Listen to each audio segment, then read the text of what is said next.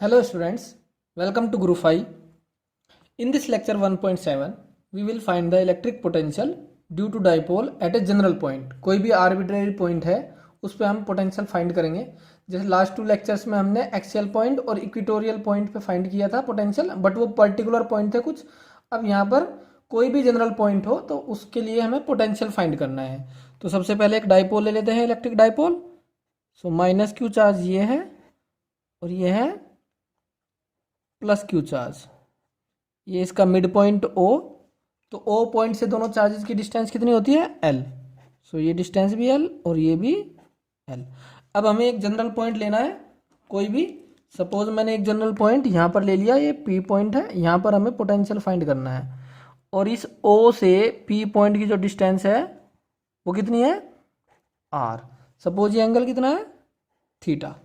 तो जो dipole moment है इलेक्ट्रिक डाइपोल का वो किस डायरेक्शन में होता है? माइनस से प्लस इस डायरेक्शन में होगा डाइपोल मोमेंट. ये हमने पोजीशन वेक्टर मान लिया विद रेस्पेक्ट टू ओ. तो पोजीशन वेक्टर वेक्टर आर और डाइपोल मोमेंट के बीच का एंगल कितना हो गया? थीटा. अब हमें नेट पोटेंशियल निकालने के लिए पहले माइनस क्यू और फिर प्लस क्यू चार्ज की वजह से पोटेंशियल निकालना है. तो उसके लिए हमें क्या करना पड़ेगा? दोनों चार्ज से डिस्टेंस फाइंड करनी पड़ेगी.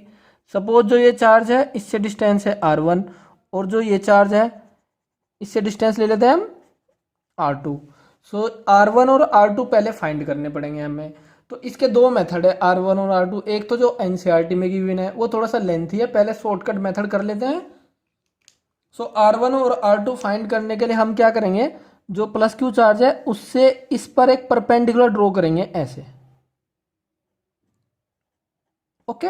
सो ये डिस्टेंस में मान लेता हूं सपोज x. सो ये L है, ये 90 डिग्री, ये हाइपोटेन्यूस हो गया, ये परपेंडिकुलर हो गया विद रेस्पेक्ट टू थीटा और ये क्या हो गया? बेस. सो हम लिख सकते हैं cos theta equal to base upon hypotenuse. तो x इक्वल टू क्या हो गया? L cos theta.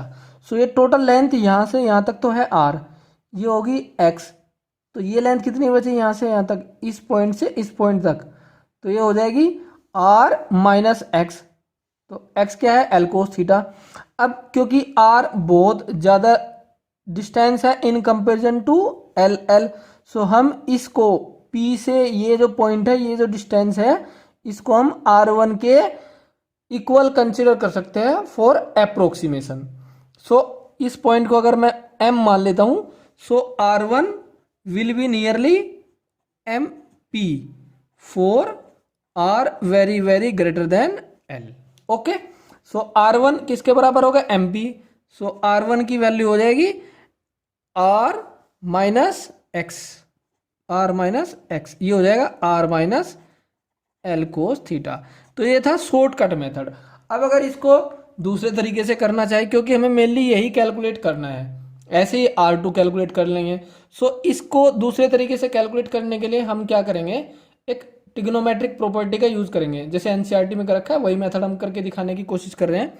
सो एक कोई ट्रायंगल है अगर हमारे पास ABC, ये A, ये B, ये C, ये एंगल B होता है, ये C और ये A के सामने वाली साइड A, B के सामने वाली साइड B, C के सामने वाली साइड C. सो अगर मैं कोस A लिखना चाह रहा हूं, कोस A, तो ये होता है B square plus C square minus A square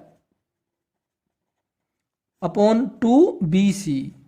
इसका यूज करना चाह रहा हूं तो इस ट्रायंगल में यूज करो OP और प्लस Q. सो कोस थीटा लिखो, इसमें कितना हो जाएगा? कोस थीटा इक्वल टू इसका स्क्वायर प्लस इसका स्क्वायर. सो R square plus L square minus R1 square upon 2RL. एक बार और देख लो. कोस थीटा इस दोनों साइड है, इन दोनों के स्क्वायर का सम. जैसे कोस A था तो इसका स्क्वायर प्लस इसका स्क्वायर, तो इसका स्क्वायर L स्क्वायर और इसका स्क्वायर R स्क्वायर माइनस सामने वाली साइड का स्क्वायर अपॉन 2.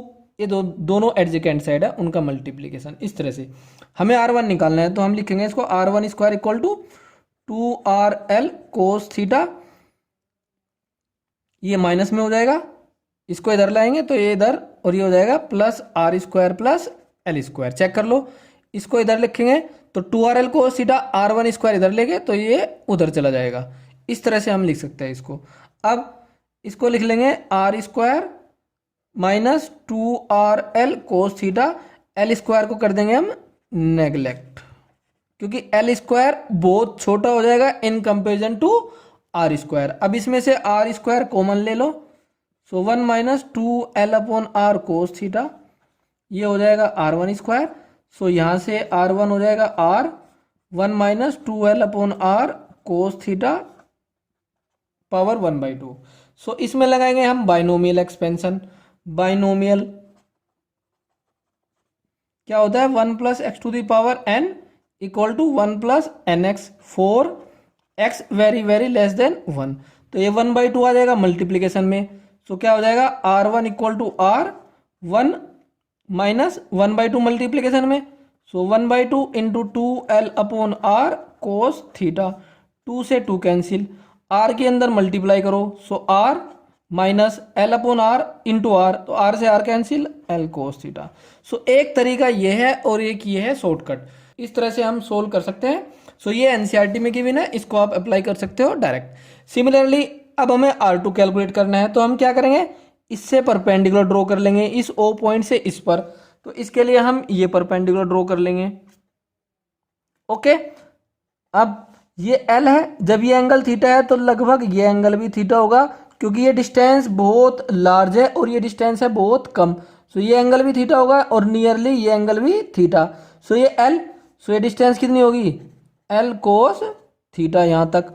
सो अब R2 निकालना, तो ये R ये R, सो ये क्या हो जाएगा R plus L cos theta. एक बार और देख लीजिए, ये थीटा, ये एंगल भी लगभग थीटा, क्योंकि ये डिस्टेंस बहुत कम है और ये डिस्टेंस बहुत ज़्यादा है। जैसे हम ऐसे सोच सकते हैं कि ये डिस्टेंस अगर बहुत ज़्यादा है तो ये एंगल और ये एंगल लगभग क्या होंगे, सेम।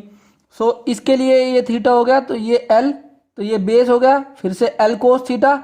अब ये यहाँ से यहाँ तक की डिस्टेंस R, तो यहाँ से यहाँ तक की डिस्टेंस R, तो ये R plus L cos theta हो जाएगा। तो सिमिलरली हम लिख सकते हैं R2 equal to R plus L cos theta. अब इन दोनों का यूज करेंगे हम P पॉइंट पर पोटेंशियल फाइंड करने में। सो P पॉइंट पर पोटेंशियल इस माइनस क्यू की वजह से कितना, K into minus Q upon R2, और इस प्लस क्यू की वजह से K plus q upon R1। अब हम पोटेंशियल लिखेंगे टोटल, एक माइनस चार्ज की वजह से और एक प्लस चार्ज की वजह से। सो माइनस चार्ज की वजह से पोटेंशियल कितना, K minus Q upon R2, so K minus Q upon R2, और प्लस चार्ज की वजह से K plus q upon R1। K q common आ जाएगा, so 1 upon R1 minus 1 upon R2, K q. R1 और R2 की value put कर देंगे, सो 1 अपॉन R1 कितना, R minus L cos theta, और R2 क्या है, R plus L cos theta. LCM ले लेंगे, के Q, R minus L cos theta, R plus L cos theta, ये इधर आ जाएगा, R plus L cos theta minus R minus L cos theta. R plus का और ये माइनस का तो कट जाएगा, के क्यू। सो ये माइनस माइनस प्लस और ये भी प्लस, तो कितना हो जाएगा, न्यूमरेटर में 2L कोस थीटा, और डिनोमिनेटर में ये a माइनस बी है और ये a प्लस बी, तो a square minus b square, तो ये हो जाएगा R square minus L square cos square theta.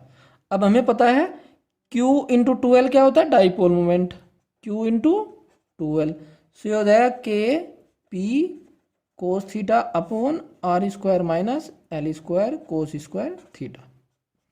अब हम फिर से अप्रोक्सीमेशन लगाएंगे, since R is very very greater than L, so L square cos square theta can be neglected. So V क्या हो जाएगा, इसको नेग्लेक्ट करने से K P cos theta upon R square. Okay, अब हमें पता है P डॉट R कैप कितना होगा, P इसका मैग्नीट्यूड 1 और इन दोनों के बीच का एंगल क्या है, थीटा, क्योंकि हमने ये वेक्टर आर लिया है तो यूनिट वेक्टर इसके अलोंग, सो कितना हो जाएगा, पी कोस थीटा।